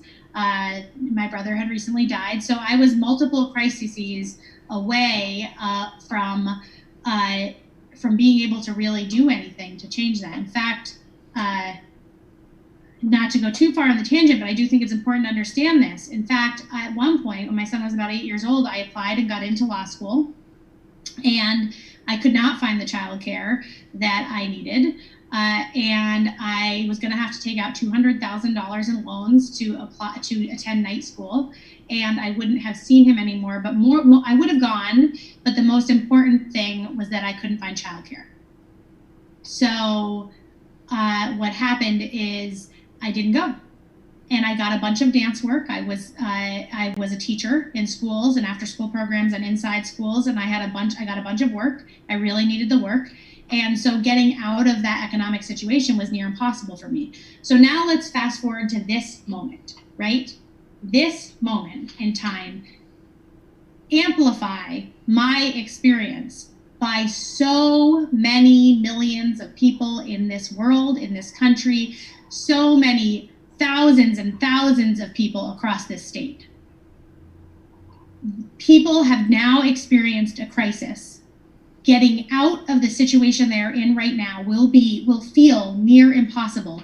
We will have to create a people's economy. We will have to create an earth-centered people's economy to ensure that we can get people out of this crisis. And I am going to let Teddy talk about that a little bit more right now. So when Brenda talks about a people's economy, it's understanding the fact that we got this perfect example. We got the stimulus package from the federal government, right? Most people are getting $1,200. Excuse me, people under $75,000 worth of income will be getting $1,200. Children $500. Married couples $2,400. So on, so on. Couple things though. First of all, if you didn't file your income tax returns in 2018 or 2019, which people do for a variety of reasons, and there is an income level at which, if you're below said income level, you actually don't have to file a tax return, which I did not know. Those people who did not file 18 and 19, fiscal year 18-19 tax returns have to wait for their stimulus, currently estimated at months. So the lowest income people who are the most at risk will not be getting their stimulus until after folks like myself, who, because I worked for a presidential campaign with a very ethical candidate who made sure we were paid for the full month after we got generous severance, etc. I'm getting my stimulus before someone of a lower income without that security. And so that is one way that this, I'm just going to use the term bailout, has been structured in a way that does not prioritize people first.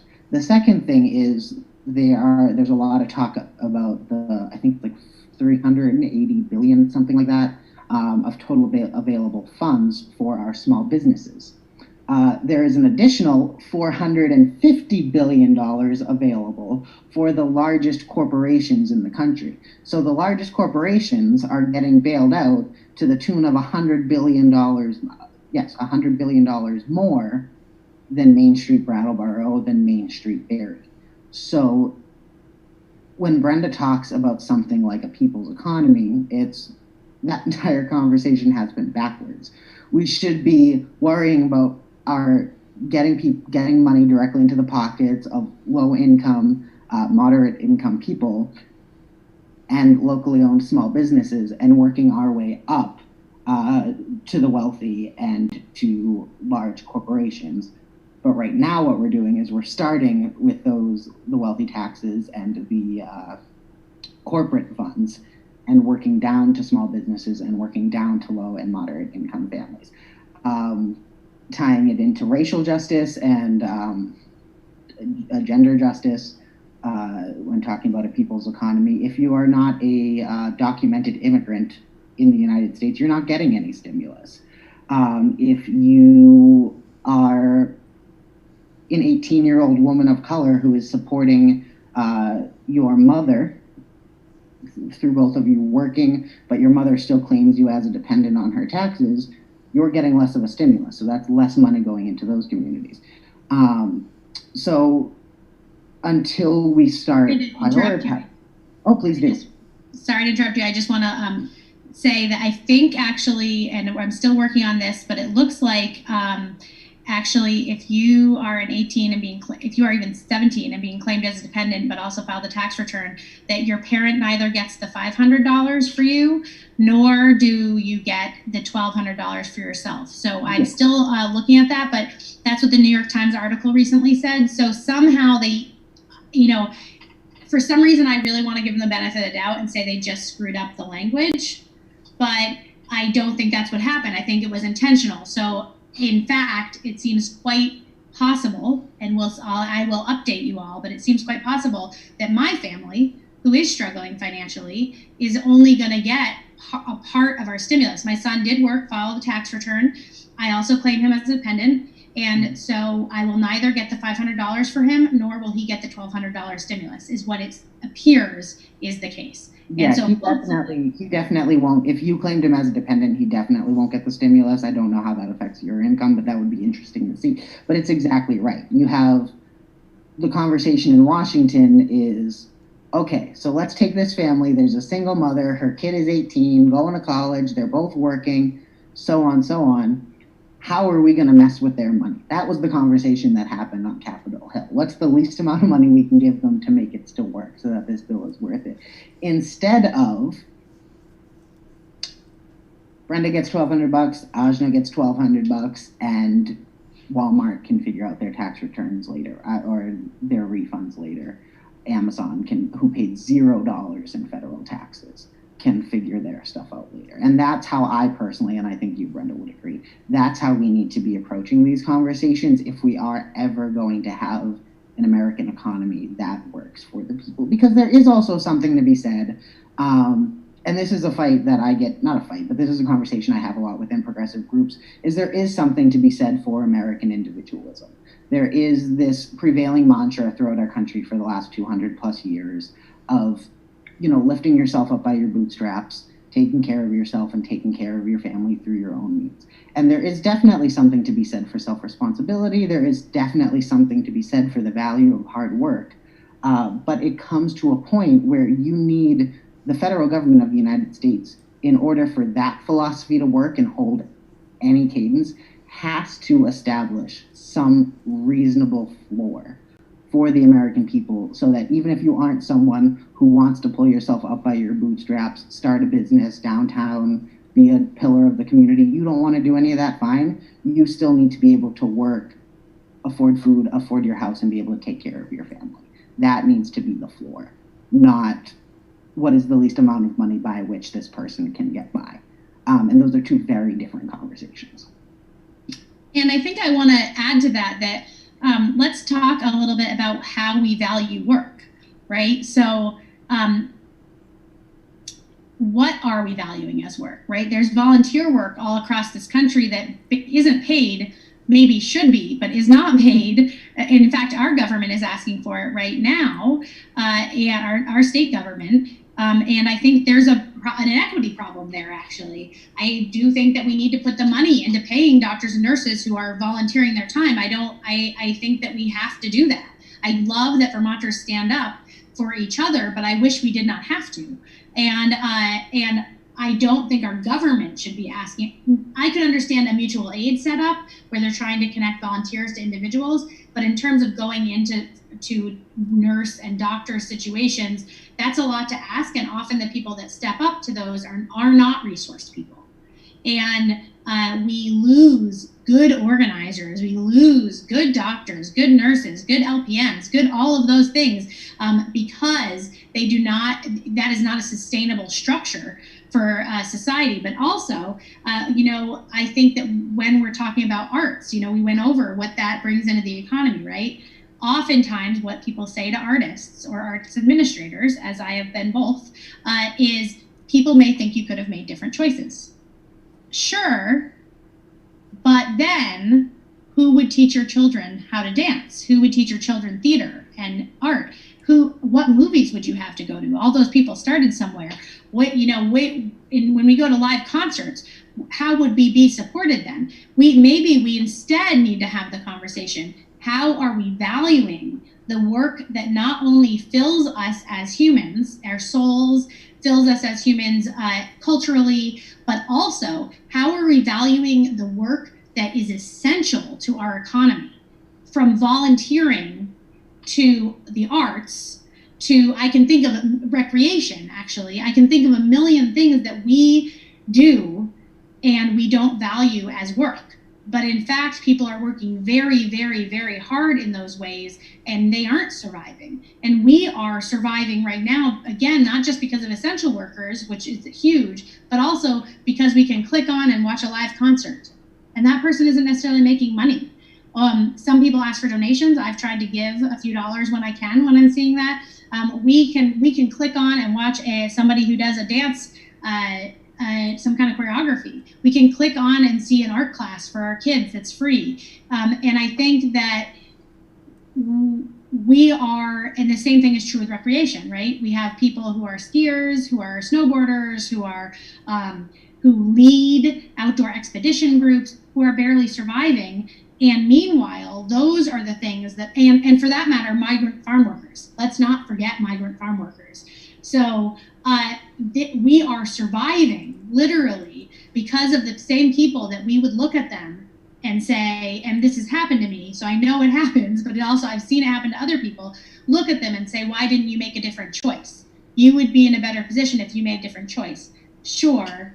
But then I would have abandoned a bunch of children who were and students who were depending on me for another way to survive. And I just did not think that that was ethically correct. And not only that, but the positive impact on the community has been huge economically and culturally. And that's not just true for me, that's true for people all across our state and country. Teddy has something to add to that. Yes, because I know Brenda knows this, but for folks watching at home, before I got into politics, I was a theater major in college. So I totally understand your being told that what you're passionate about, what your work is not as important or essential or as valued as other aspects, doctor, mechanic, so on. But we also have to remember now, it's so funny that it's just not funny, but it's interesting how much, how this pandemic has opened our eyes to so many things. Imagine social distancing and quarantining at home without books, without film, without music, without something to watch on television, without, especially more recently, video games to play. Video games are a very intensive art form that takes a lot of design and storytelling and so on. So when you're talking about valuing work, most of the folks who are essential employees right now, a lot of them have been working around minimum wage. A lot of these artists and authors and performers that we are now depending on to help keep us sane as we're stuck in our houses for months, have been doing their work for, how many times have you been told to choreograph something for the exposure? Exposure doesn't pay the bills, but we find out now during a pandemic that we need artists just as much as we need food service providers and doctors, because we are, again, it sounds so cliche, but we're all in it together. And when Brenda talks about this a lot, when there's one section of our population, one section of our economy, what have you, that is suffering, that is not surviving, never mind thriving, there are other parts of the economy and other parts of our society that suffer. Because Brenda's not doing the dance festival this year, there will be less revenue in local downtown businesses, which will directly impact people's tax rates, property taxes, school taxes, and so on. So understanding that when we talk about the value of work, it has to go beyond just GDP, beyond just economic growth. We have to are our people okay? You go to the Industrial Revolution in London, a lot of people had plenty of money, but not many people were happy, and not many people were living lives that they would wish their children to live. And so we have to understand that how we value people goes beyond the economics of it. And there's also a very real social implication for the different economic policies that we choose to follow. So I want to say about that, actually, that another thing that has come up, I think, multiple times during this crisis has been that volunteer work that we undervalue. Now, all of a sudden, we're so grateful. I'm so grateful for the person. You know, I ran out of food stamps this morning, so I will out myself. Full disclosure, everyone already knows, but I use EBT and SNAP benefits, and I ran out this morning, and I felt a sense of panic when I had to pay an extra $20 for groceries. That was fine, but I'm more worried about the rest of the month, right? And not only that, but I had lost my only work as a result of this crisis, and which was teaching social justice and civic engagement classes. In fact, in this case, it was leadership courses and a political discourse class. We were going to have political debate and discussion.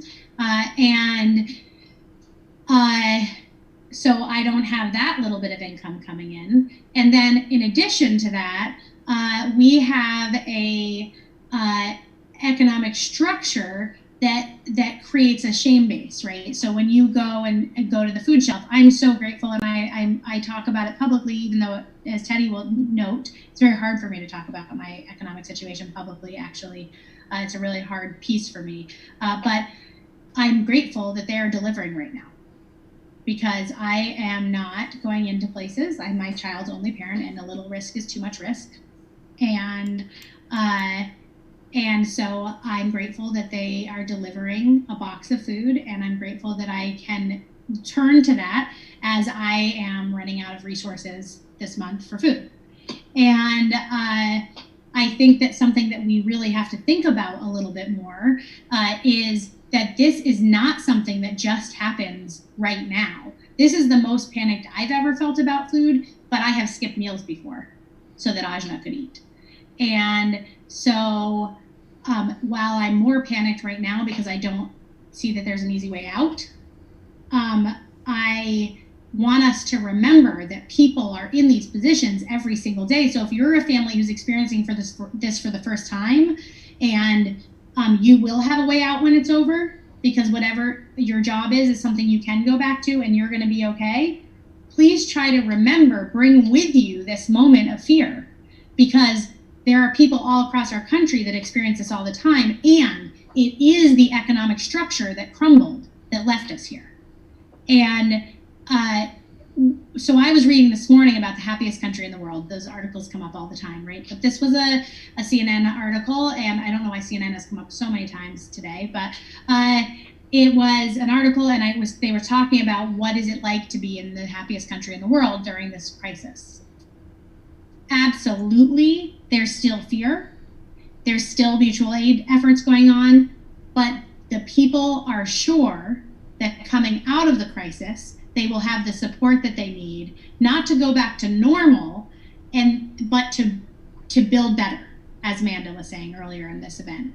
So they are not feeling the fear for the future that we are feeling here in this country, because they understand their government to be willing to fight harder to build better and learn from the crisis. They trust their government, which we struggle with that, because for those of us on the margins, and frankly, those of us in upper middle class and middle class families, the government has let us down.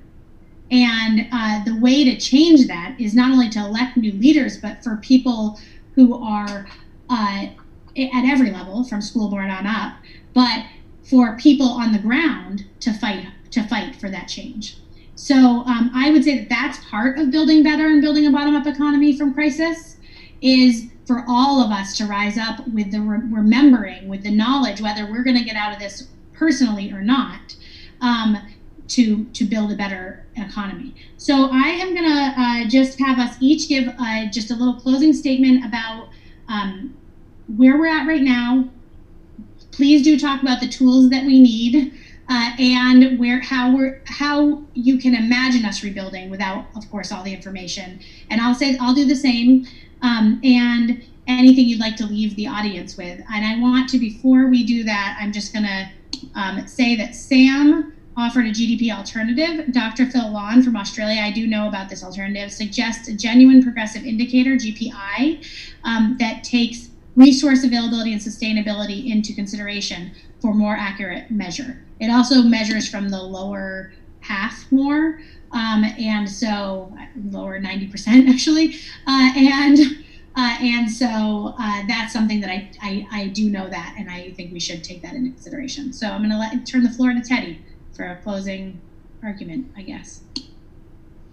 Yeah, sure. So I think that the main thing to take away from this whole conversation is that we need to restructure our economy and restructure our government so that it is working for the vast majority of Americans, for the vast majority of people in the United States.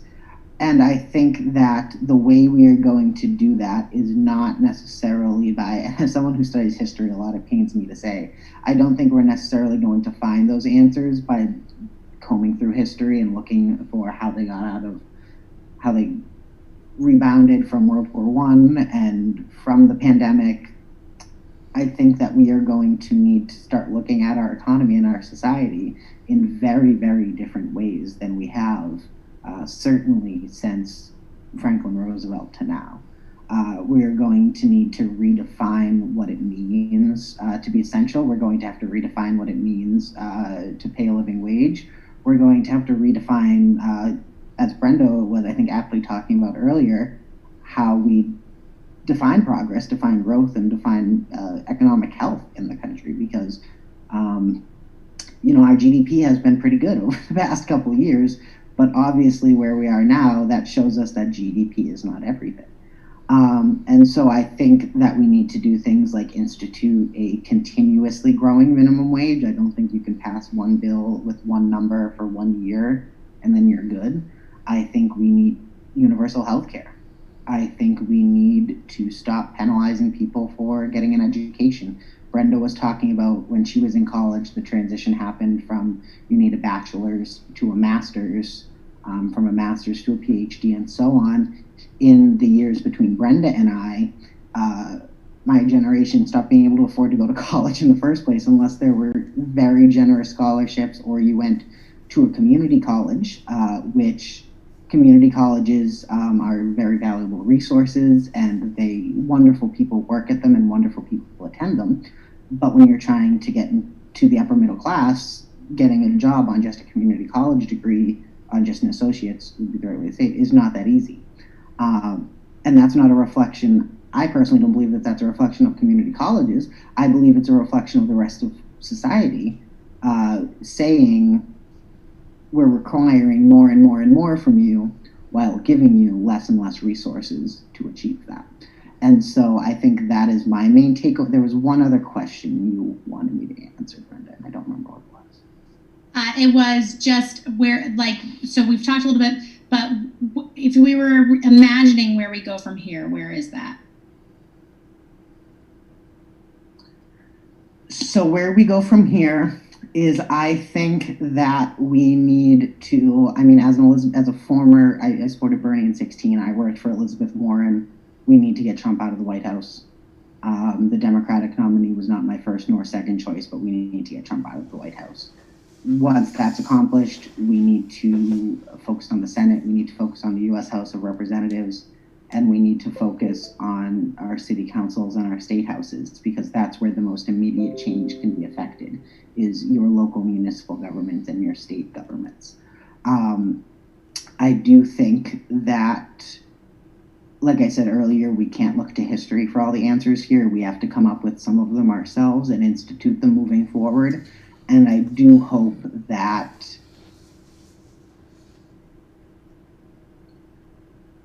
if there's any good to come out of this pandemic, if there's anything that can be gained from the folks who are sacrificing their lives without PPE, who have been laid off and now no longer have health coverage, if we really want to say that we're hurt over the loss of those people, if we really want to honor the memories of those who have already passed, those who will continue to pass, and the folks who are going to be economically and emotionally devastated by all of the repercussions of this, if we're going to be a country that actually looks out for each other and that actually is one community, we need some very large structural changes. So that next time there's a pandemic, because there will be a next time, there will always be a next time with viruses and with sicknesses because they evolve. There will always be a next time. So we need competent leadership so that rather than where we are now, actions could have been taken in January and February that would have resulted in less lives lost and less economic and social devastation. We need competent leadership, which is an extremely low bar, but we also need to institute big structural changes. We need a living wage. We need universal health care. We need to stop, we need to incentivize education rather than decentivize education.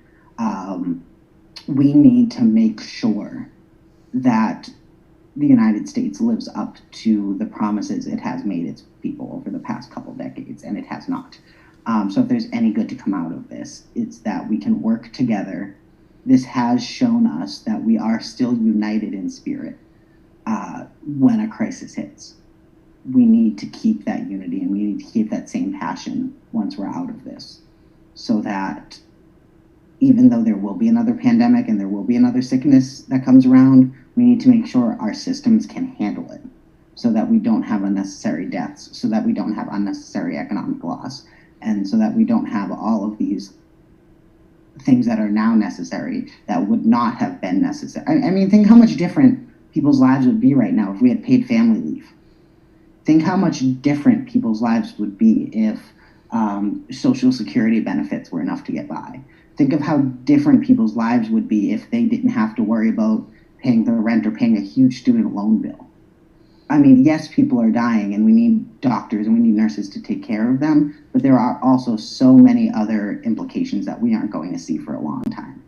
And it is the responsibility of our communities and it's the responsibility of our governments to actually learn from this so that next time around we have systems in place to just handle the fallout as well as we can, because there will be a next time. And we need our systems to be able to absorb that without crumbling and leaving folks in the dust, because that's not who I believe we are as Americans or Vermonters. And so that's my big takeaway, is it's going to happen again, and we just need to be as prepared as possible. And we need to have policies in place that protect people, not protect the economy, because the economy can only be protected from so much. Yeah, I want to just say that I agree with everything that Teddy said. I think that, I mean, certainly the nominee was not even anywhere close to the top of my list. Not even, it's a tough one for me, for sure. I think that we are going to have to fight like hell for structural and systemic change and building a better structure. We have no hope with our current president. And we have some hope. It's still going to be a real fight, but we have some hope with the nominee. And what I understood after my governor's race was that having the ear of the nominee after you lose is one of the most important things that you can do. Because, and I really want to say that, even though this is a talk about economy, I just want to say that.